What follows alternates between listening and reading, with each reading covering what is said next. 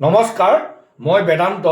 মোৰ ethanol পেট্ৰলত mix কৰাক লৈ মোৰ বিজেপি চৰকাৰলৈ, বিজেপি গভৰ্ণমেণ্টলৈ কেইটামান পৰামৰ্শ।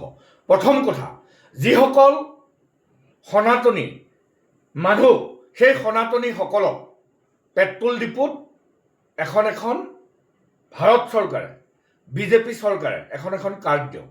যিসকলে সনাতনী মানুহে ইথানলযুক্ত পেট্ৰল ভৰাব খোজে, তেওঁলোকক এখন কুপন দিয়ক। সনাতনীসকলৰ কাৰণে তেওঁলোকে ইথানল ভৰাব।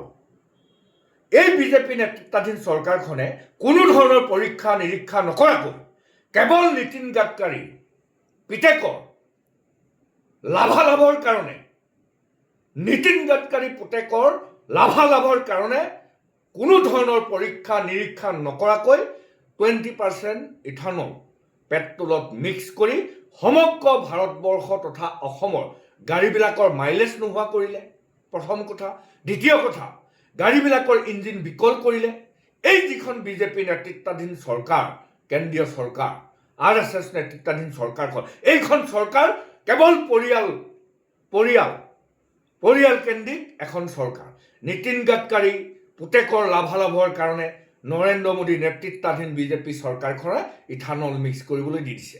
মই সেইকাৰণে ভাৰতবৰ্ষৰ প্ৰধানমন্ত্ৰী, বিজেপি, RSS গভৰ্ণমেণ্টখনক আপোনালোকক আমি দাবী উত্থাপন কৰিছোঁ, পুনৰ দাবী উত্থাপন কৰিছোঁ যে যিসকল সনাতনী মানুহ, তেওঁলোকৰ কাৰণে পেট্ৰল পাম্পত এখন কুপন সৃষ্টি কৰক। সনাতনীসকলৰ কাৰণে আপোনালোকে এখন কুপন ব্যৱস্থা কৰক, যাতে সনাতনীসকলে কুপনখন দেখাই দিলে তেওঁলোকে ইথানলযুক্ত পেট্ৰল ভৰাব। আৰু আমি সাধাৰণ মানুহ হিচাপে আমি আগৰ যি পেট্ৰল আছিলে, সেই পেট্ৰলকে সাধাৰণ মানুহখিনিৰ কাৰণে আগৰ পেট্ৰলটো দিয়ক। আপোনালোকে গাড়ী কিনোতে আপোনালোকে আমাক পইচা দিছিল নেকি? নৰেন্দ্ৰ মোদী চৰকাৰে, নীতিন গাডকাৰী আমাক পইচা দিছিল নেকি আমাৰ গাড়ীখন কিনোতে? আৰু আমাৰ গাড়ীখন মাইলেজ নিদিয়া হ'ল, আমাৰ এই গাড়ী চলাওঁতে আমাৰ ইঞ্জিনবিলাক বেয়া হৈ গৈছে। কেৱল নিজৰ পৰিয়ালৰ ধন ঘটিবৰ কাৰণে আপোনালোকে যি নিকৃষ্ট ৰাজনীতি কৰিছে, ই অত্যন্ত গৰিহণাযোগ্য কথা।